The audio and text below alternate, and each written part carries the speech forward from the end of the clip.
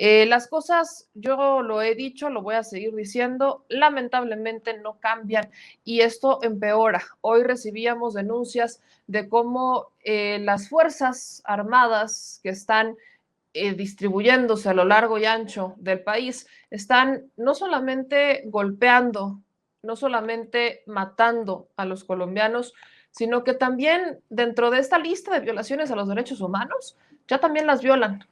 Algo que aquí no suena tanto, no sé, ¿se acuerdan de algunos casos en el Estado de México, de algunas indígenas incluso que en manos de militares fueron violadas y que después murieron? Bueno, más o menos estas cosas están pasando en Colombia, pero a gran escala y no nos podemos callar porque ahí los quiere callados el Estado y aquí queremos darles voz para que eventualmente esta situación no pase desapercibida ante los ojos del mundo. Así que le agradezco mucho a Valentina Aldana, defensora de derechos humanos, que se enlace con nosotros desde Colombia, por lo que tengo entendido están en las calles, están en una concentración, entonces vamos a platicar con ella un momento. Valentina, muy buenas noches, gracias por conectarte con nosotros, ¿cómo estás?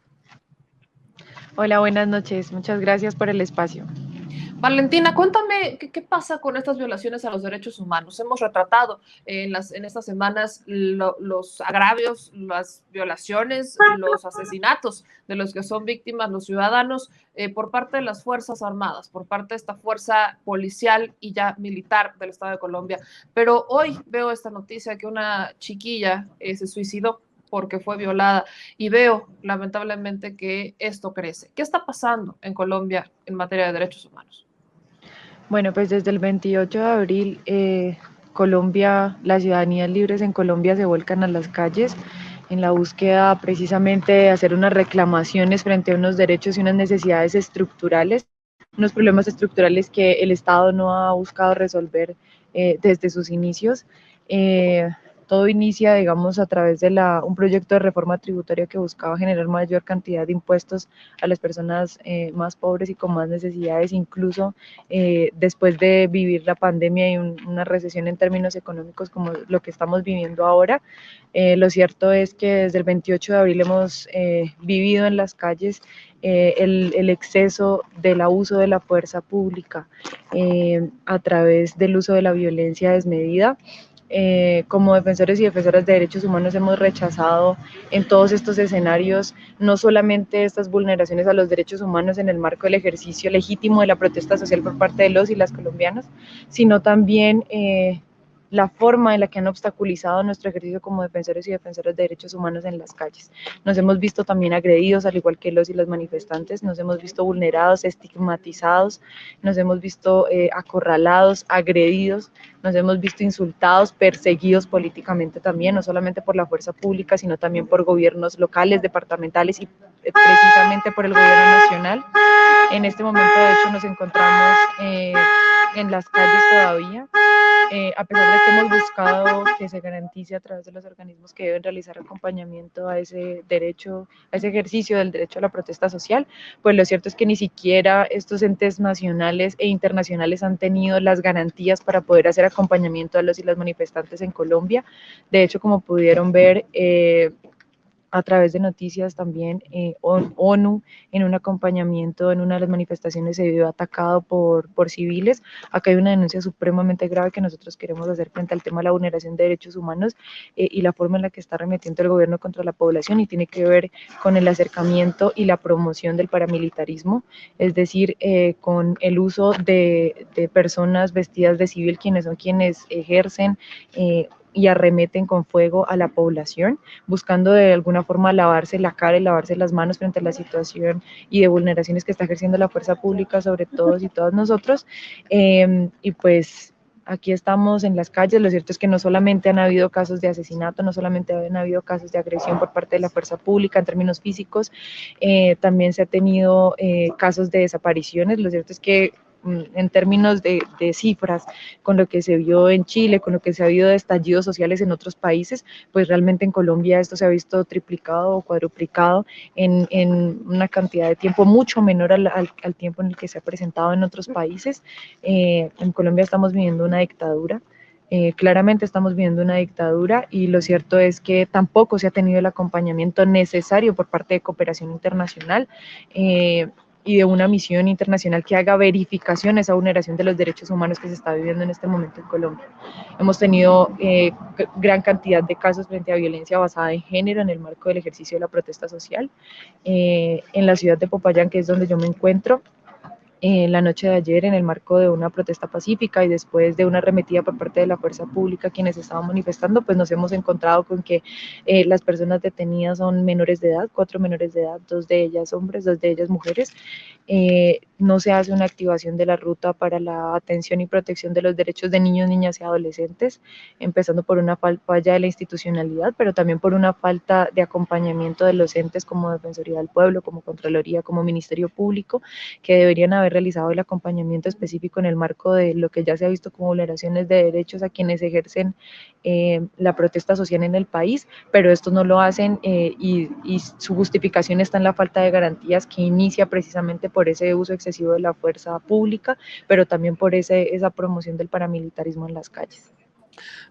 Valentina, en estos agravios que me estás relatando, que de hecho es lo que hemos estado nosotros reportando en este espacio, aunque desde México, ¿a qué organizaciones particulares hacen llamado? Porque les preguntaba en un inicio a 2 chicos que pudimos entrevistar que cuál era el papel de las organizaciones internacionales y me decían, bueno, la ONU vino y hasta a la ONU atacaron. Entonces, ¿cuál es el papel que tienen estas organizaciones internacionales? ¿A quién le hacen el llamado particularmente? E incluso me atrevo a preguntarte, ¿consideras que el hecho de que no se hayan movido es por miedo a que también las ataquen o porque hay este silencio cómplice contra un Estado que quiere disfrazarlos de criminales? Yo creo que todos y todas quisiéramos creer que hace realmente parte de la situación, el sentirse vulnerados y con falta de garantías para poder hacer también su ejercicio, como nos ha pasado a nosotros como defensores y defensoras de derechos humanos. Pero yo sí siento que el no hacer un llamado al gobierno nacional de manera contundente frente a las vulneraciones de derechos humanos que se han venido presentando, para mí es un silencio cómplice por parte de mucha de la institucionalidad, tanto a nivel nacional como internacional. Yo creo que desde hace mucho tiempo, incluso como se ha visto los llamados hacia otros países para buscar intervenciones, acá puede haberse hecho para la búsqueda de una misión de verificación de esas vulneraciones a los derechos humanos y no se ha hecho. Y yo creo que eso se convierte y los convierte entonces en cómplices de lo que ha venido sucediendo en el país. Valentina, permíteme incluso preguntarte, ¿qué se siente o qué es lo que vive una mujer hoy en Colombia? Porque me hablas de agresiones también en género. Aquí en el chat me dicen, hay que buscar el apoyo de feministas a nivel mundial, pero yo pregunto en este tema, ¿qué es estar ahí afuera en donde ustedes están siendo mujeres? Pues tenemos claramente doble, triple, cuádruple riesgo al momento de salir a las calles, no solamente entonces por estar ejerciendo ese derecho legítimo a la protesta social, sino por nuestra condición como mujeres. Lo hemos visto por parte de la fuerza pública, lo hemos visto por parte de esos civiles que tienen complicidad con el gobierno nacional para el uso desmedido de la fuerza y para el asesinato de civiles.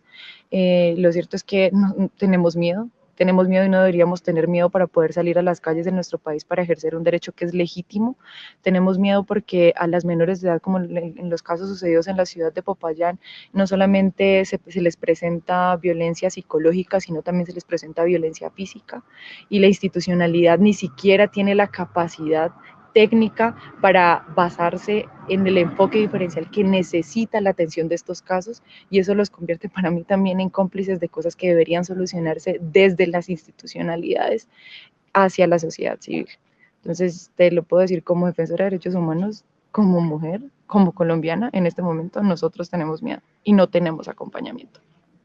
Valentina, ¿cómo se están organizando? ¿Que tienen algún cálculo de cuántas organizaciones, por ejemplo, en el caso de derechos humanos, cuántas organizaciones se han distribuido a lo largo del país? Me dices, tú estás en Popayán, pero en Cali, por ejemplo, en otras comunidades, ¿cómo se han ido distribuyendo? ¿Están en comunicación? ¿Cómo se han organizado? ¿Aproximadamente cuántos de ustedes son? ¿Y cuál es su rol en la protesta?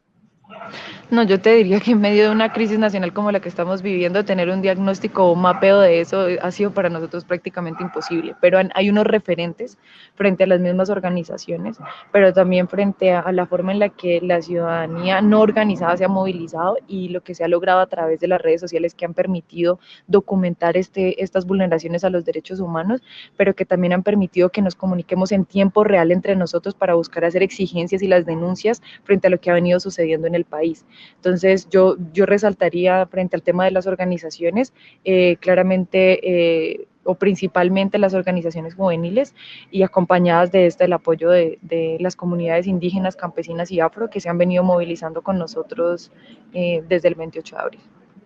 ¿Han visto algún cambio? ¿Han visto alguna mejoría? ¿Han visto algún avance? Y digo, dentro de todo me queda claro que no es mucho lo que podríamos resaltar, pero desde que iniciaron las protestas hasta hoy, ¿qué ha cambiado? ¿Qué ha avanzado? ¿Qué han logrado o qué ha empeorado? Yo quisiera decir, al inicio de las protestas, lo que empezamos a encontrar fue un uso desmedido de la fuerza por parte de la fuerza pública. De hecho, hay documentaciones y pruebas al respecto. Entonces, eran policías, SMAT, soldados atacando directamente a la población sin importarles estar portando el uniforme. Lo que estamos viendo ahora es un camuflaje de esa fuerza pública en civiles armados arremetiendo contra la población, lo que hace mucho más complicado poder generar las garantías para las personas que están ejerciendo el legítimo derecho a la protesta social y sobre todo para la ciudadanía que se vuelve veedora de estos hechos, porque entonces estas personas vestidas de civil se camuflan y se esconden dentro del resto de la población y es mucho más difícil poder hacer ese control y esa judicialización, a pesar de que se tienen pruebas y a pesar de que se tiene el conocimiento. Por eso hablo yo de ese silencio cómplice, de que muchas de estas personas vestidas de civil se encuentran acompañadas de la fuerza pública cuando arremeten a fuego, en fuego contra la población. Entonces yo diría, y cuando son capturados son puestos en libertad sin que se haga el debido proceso. Entonces yo diría que las cosas han venido empeorando poco a poco, pero sobre todo que el temor ha venido disminuyendo en la población a pesar de las situaciones y ahora hay un acompañamiento por parte de la sociedad civil mucho más fuerte que no se tenía antes, pero hay claramente, pienso yo, un abandono por parte de la institucionalidad frente a lo que están viviendo los y las colombianas. Valentina, te agradezco muchísimo que te enlazaras con nosotros desde Colombia. Es un compromiso que hemos tenido el retratar lo que está pasando porque sabemos que los han censurado, porque sabemos que el Estado no quiere que se sepa lo que está pasando y porque hasta si suben videos, nos han dicho, se los bajan y tienen problemas con el internet, cortones de luz, de todas maneras están buscando callarlos. Entonces, desde acá, desde México, les agradecemos mucho que confíen en nosotros para difundir esta información a través de las redes sociales y de poder hacer eco de las denuncias que tienen, porque yo lo he dicho muchas veces, México y Colombia comparten muchas cosas, comparten hasta expresidentes con una tendencia a las Fuerzas Armadas y a la violencia desmedida. Entonces, creo que es importante seguirlo retratando y por eso les mandamos un abrazo muy fuerte desde acá y lo que he dicho siempre, no están solos. Muchas gracias por el espacio y les pedimos nos sigan acompañando, nos sigan ayudando a replicar esta información, precisamente por la censura en términos de comunicación de lo que está pasando en Colombia que hemos venido viviendo, pues les necesitamos y yo pienso que como países hermanos nos necesitamos y debemos apoyarnos en ese sentido. Muchas gracias.